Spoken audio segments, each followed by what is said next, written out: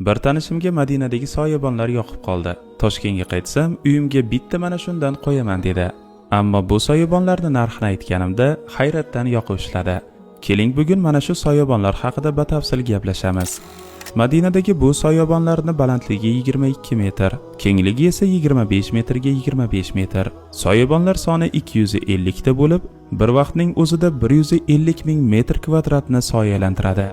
Hamma ko'rishni xohlaydigan bu soyabonlarning ochilishiga 3 daqiqa ketadi, yopilishiga ham xuddi shuncha vaqt. Ana endi navbat bu soyabonlarning narxiga. Har bir soyabonning narxi 5 million dollar turadi. 250 ta soyabon borligini hisobga olsak, taxminan bularning qiymati 1 milliard 250 ming dollar. Taqqoslash uchun aytaman, Dubaydagi mashhur Burj Xalifaning qiymati ham deyarli mana shuncha. Biri faqat tijorat maqsadida qurilgan bo'lsa, ikkinchisi faqatgina insonlarga foyda keltirish uchun. Agar sizning ham mana shuncha miqdorda pulingiz bo'lganda, qanday ishlatgan bo'lardingiz? Bu savolning javobini va o'zingizga qiziq bo'lgan savollarni izohlar bo'limida yozishingiz mumkin.